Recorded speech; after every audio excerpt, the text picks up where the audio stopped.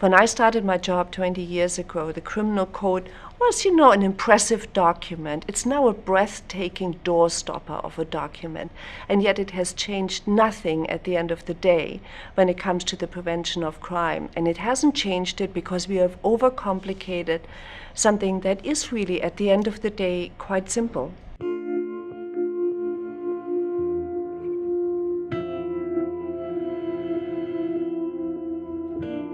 With the victims that I have worked with and the stories that I continue to hear, it is a process that is way more conducive for victims' healing than the traditional justice process. It's a retribution system. If somebody does something wrong, they're convicted of it, then some kind of punishment has to be handed down. Oftentimes I think that victims are socialized to believe that once they see a perpetrator punished, that they're going to get a certain amount of satisfaction from that. But as time goes by, a lot of victims realize that a lot of questions are unanswered, and they still feel a bit of a hole inside them, like something has just not delivered in that kind of way. The difficulty is that in the courtroom, the offender only looks to the judge.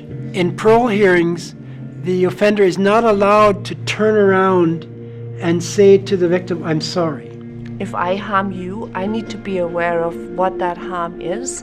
I need to apologize to you, give you some peace with what was at the roots of that, and make a commitment to change. It doesn't get much more simple than that.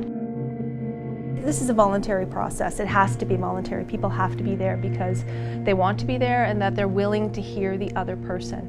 There has to be some demonstration from the person who's done the offending that they're ready to take some responsibility, that they're ready to hear the impact of their crime. A victim who is willing to set aside some of that natural desire for revenge and retribution and is willing to focus on what they need in order to have the situation repaired and feel somewhat like it's been restored. I think it's one of the toughest approaches when it comes to dealing with crime.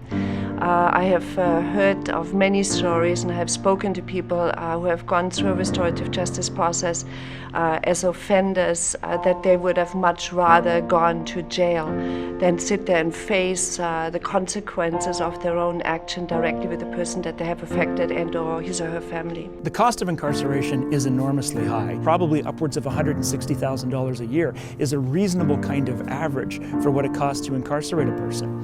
And really, what are we doing with that person when they're there? They've not had the opportunity to really meet face to face with their victims and come to terms with the true impact of their crime. To have the offender take responsibility allows the victim to accept that a wrong was done and not to blame themselves, because oftentimes victims feel they were responsible. There is something really powerful in being able to face the person that has harmed you and say, "This is how this has affected me. Do you now understand that?" Now you can find a place for this event in your life. You've found a way to see it as not just something that happened to you that you're going to try to forget or that you're going to try to ignore that happened, but you're going to see it as an event in who you are. You have a way to move forward from it. I can say, yeah, this happened, but I've been able to deal with it now, or I've been able to understand it more, or I've been able to get where that other person was coming from. It doesn't excuse their behavior. It doesn't say, forget about it, it meant nothing. It's that, yeah, you did it, but I can see that you're doing something to make it right again, and that makes all the difference, I think. I'm currently involved in a much broader effort to try and take restorative justice right across Waterloo region, to make it kind of the default for any action that involves two people where there has been discord or harm. It goes beyond crime. It goes to interpersonal relationships in the home, in the workplace, in the school.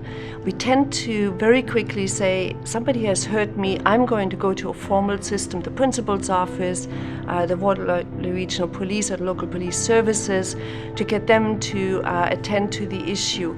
It attaches people to a bureaucratic institutional structure that is inhuman in many ways and inhumane in others.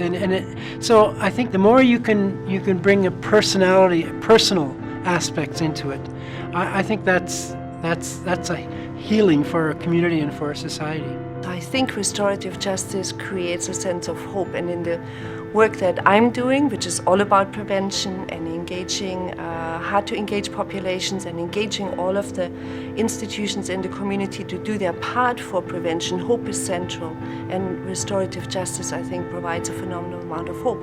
That's why I think there is excitement about this Elmira case after 40 years. It's not tired, it's still exciting. How amazing is that?